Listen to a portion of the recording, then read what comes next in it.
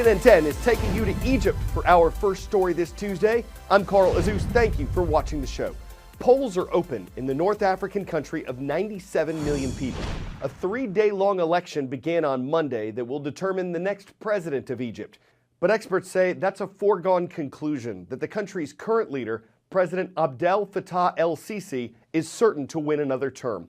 This is Egypt's third election since longtime leader Hosni Mubarak was forced out of power in 2011. At that time, like several countries in the Middle East and North Africa, Egypt saw a wave of protests against its government that led to significant changes in leadership. But today, like several of those same countries, Egypt continues to struggle with economic problems, limited opportunities for its people, and terrorism. President Sisi was first elected in 2014, and a win this week would bring his second and last 4-year term. One reason why the vote is being watched worldwide is because if turnout is high, it's possible President Sisi will try to change Egypt's constitution so he can serve longer. Let's take a ride around the streets of Cairo.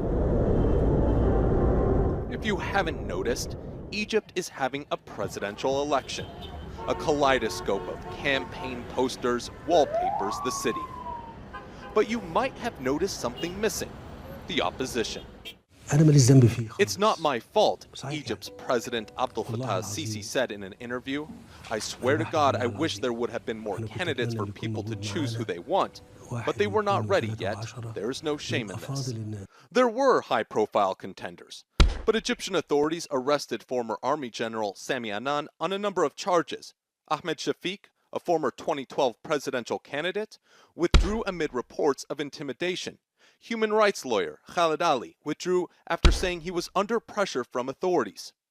Mohammed Anwar Sadat, the nephew of late Egyptian President Anwar Sadat, also says he felt pressure to withdraw.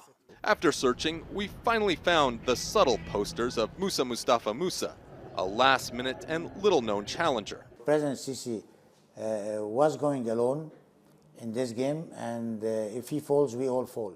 Musa is accused of being a stooge of the government, a tool to give the election the veneer of legitimacy. He denies this and insists his platform makes him the better candidate. No one doubts Sisi will win.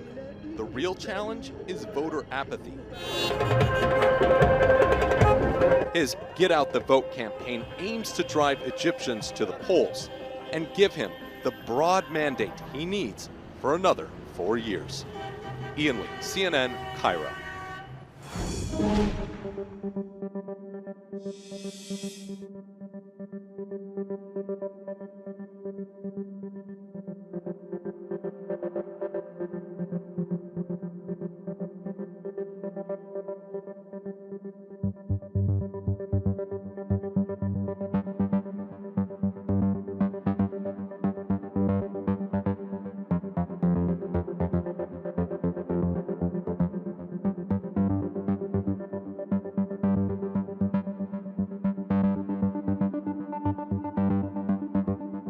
If you were lucky enough to win the Powerball 1,000 times, that's how unlucky you would have to be to actually get hit by a piece of this thing.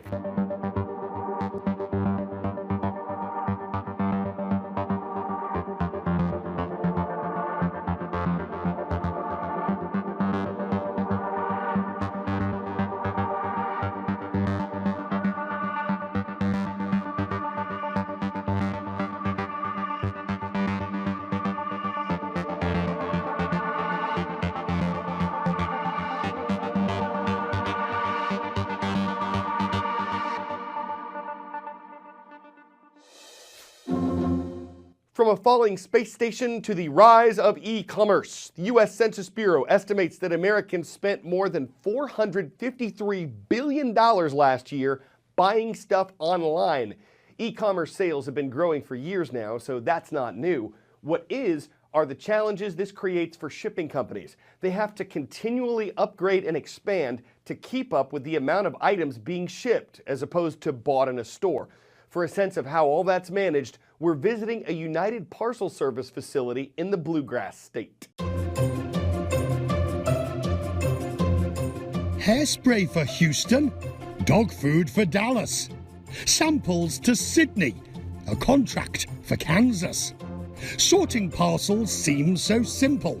The goods come in, they're sorted, and then they leave. But when your warehouse is bigger than 90 football fields and you're handling 2 million packages a day, there's no room for a snooze at the UPS Worldport hub in Kentucky. In charge of it all is Jason Foote. This facility, while on a normal day may only process 2 million packages, during peak season will handle more than double that. Well, only that's an enormous number. It is, but it's what we do every day. Cameras and conveyors everywhere. 155 miles of moving belts. While automation is key, humans remain part and parcel of this operation. Many of them working here are local students, and the pace is relentless. This is never ending. Hour after hour, these small packages flow into this tidal wave of sorting that now has to take place to ensure these little packages end up in the right destination.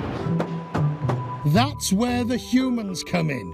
They're needed to fill freight containers to the brim. What you want to do is you want to build up as high as you can, right? Kyle is the supervisor and showed me how. Think of playing Tetris. You're building a wall, you want to go as high as you possibly can, right? And then what you want to avoid is making columns. But when you get all the way to your height, you want to then build out. Suddenly, a song came into my mind.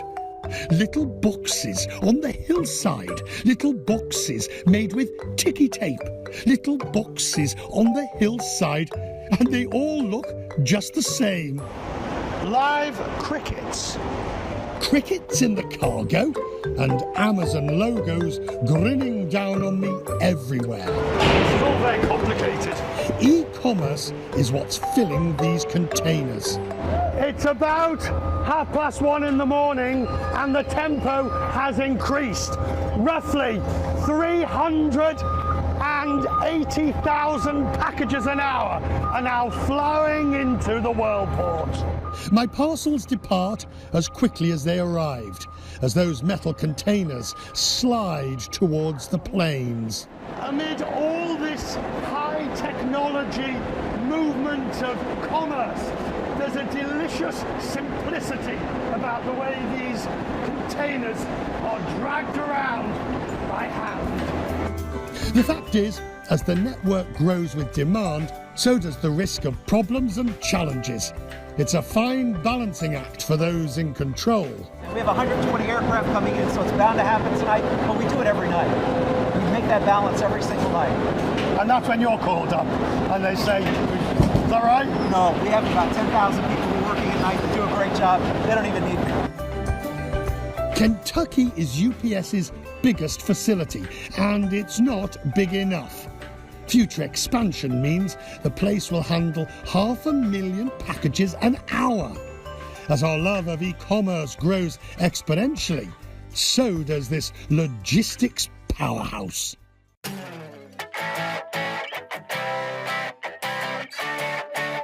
Charles has a head filled with motors. We're not insulting someone. We're reporting on a robot at the University of Cambridge. It's named Charles, and its built-in servos help it mimic human facial expressions. Cameras and computers factor in here. They record and analyze positions of real people's facial features and then send them over to Charles, who appears to imitate their expressions. So what's the value here? Researchers are trying to figure out if a more expressive robot is better at engaging the people who interact with it. So does that make Charles two-faced or multi-faceted? It's time to face up and face facts. Some folks may make it about face if they came face-to-face in a face-off or had to face time with a face they didn't trust. Guess it all comes down to whether you want Charles in charge of your facial expressions. I'm Carl Azuz for CNN 10.